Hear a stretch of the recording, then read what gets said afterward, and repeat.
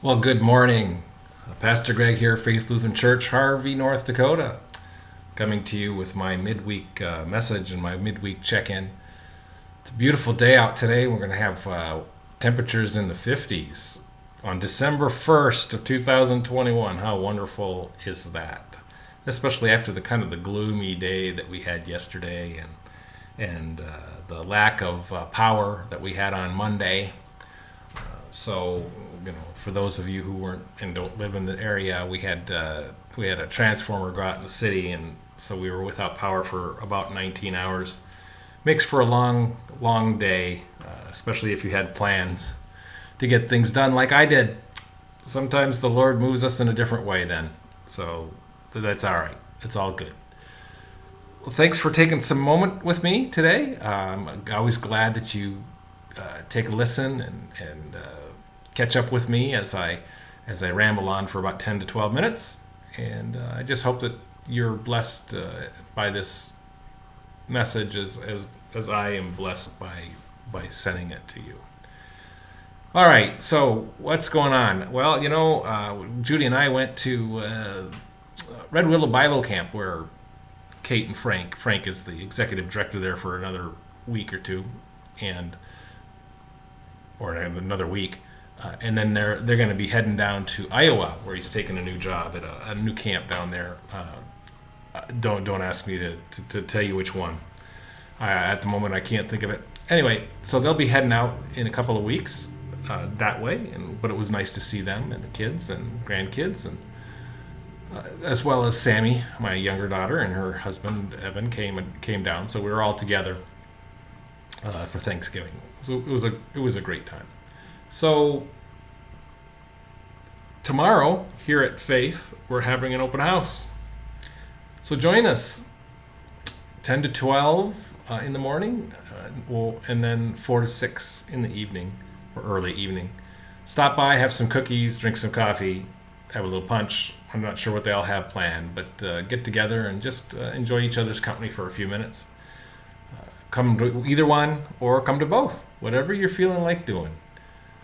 Then the only other big news, I suppose, is we are changing the time of Christmas Eve service, just because it's on the calendar that's been mailed out in the newsletter, because the newsletter had to go out so early. The time for Christmas Eve is 5 p.m. and not 5:30, so I'm sure that we can get that message out. Kids, the young kids went bowling. We posted some pictures on Facebook today of that event. That was a wonderful thing. I know that the ladies are quilting. I think they've actually. I'm not sure if they're going to quilt during December or not. So just check up on that if you're doing that. So some of those other things are going on, and of course we're preparing for Advent. Tonight we have our first Advent worship service.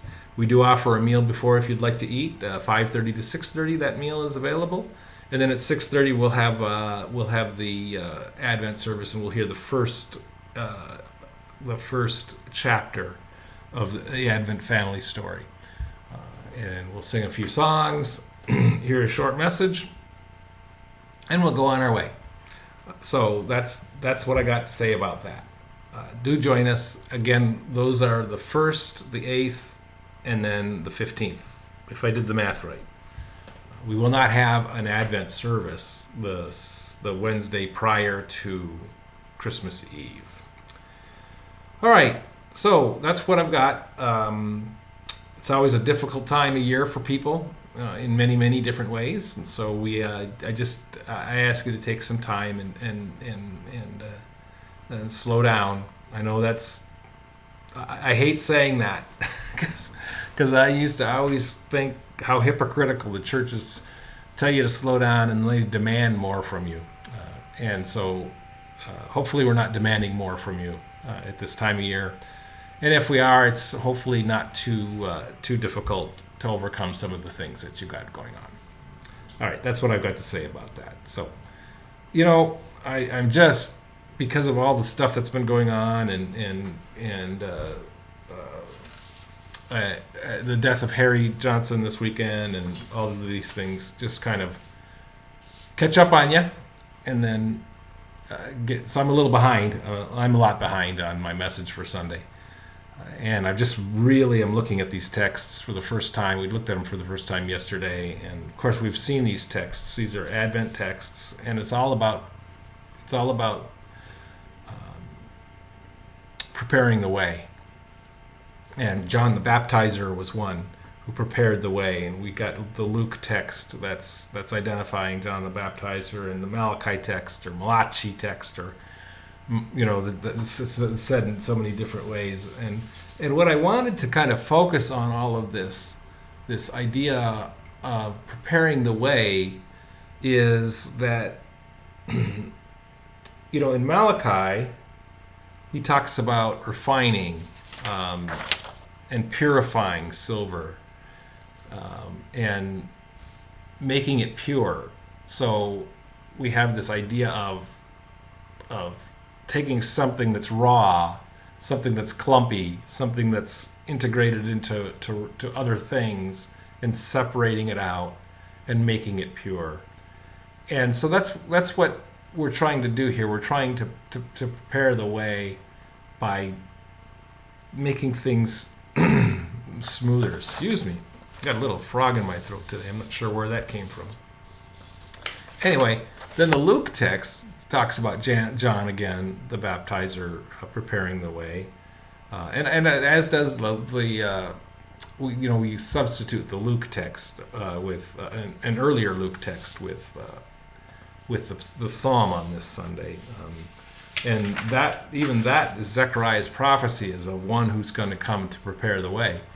So this John the Baptizer has come to prepare the way, and this is from Luke 3:1-6, and really I'm looking at verse 4 as it is written in the book of the word of Isaiah the prophet. So we even bring Isaiah into the text.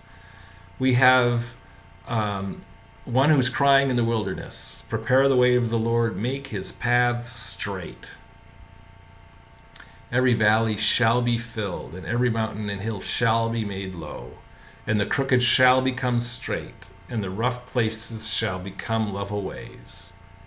And then the last line is, and all flesh shall see the salvation of God. So we're preparing the way. We're making the way easy.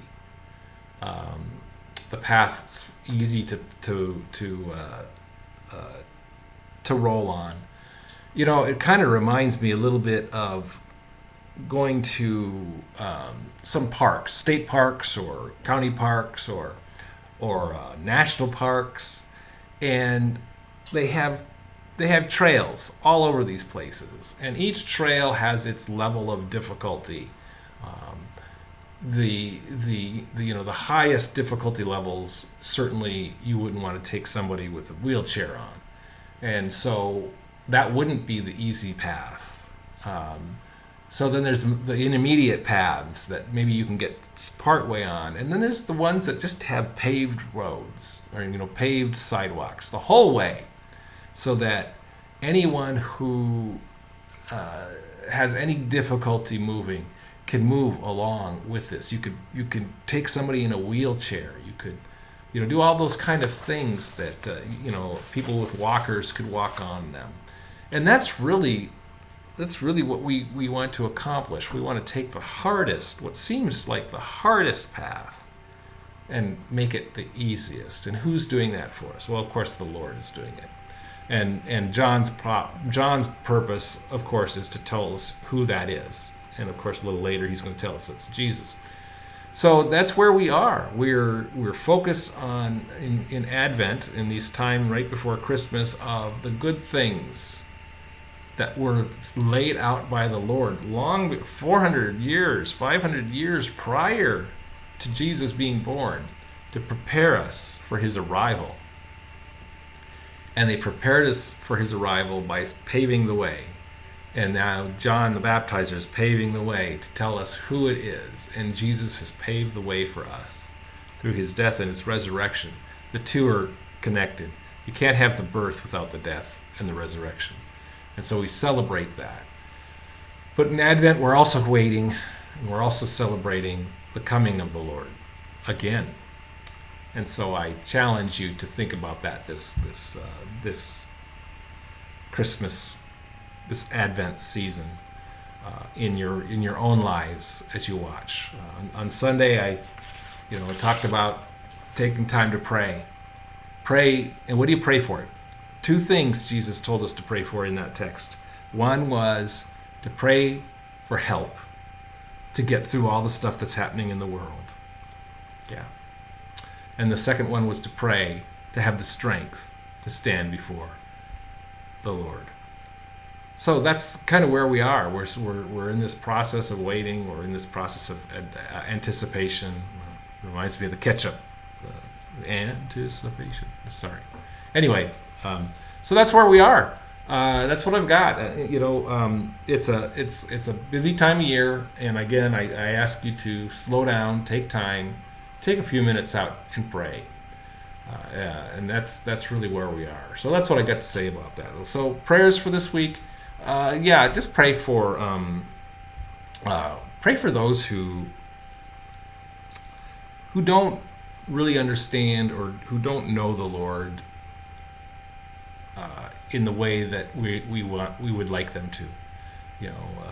The deniers and so forth, the atheists.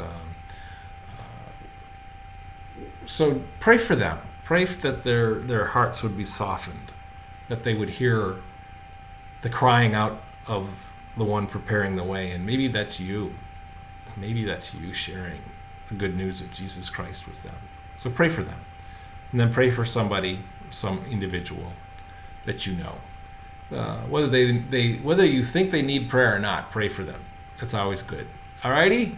That's what I got to say. Again, I want to thank you for taking a few minutes of your time with me. Blessings and peace to you during this Advent season. And as always, do take care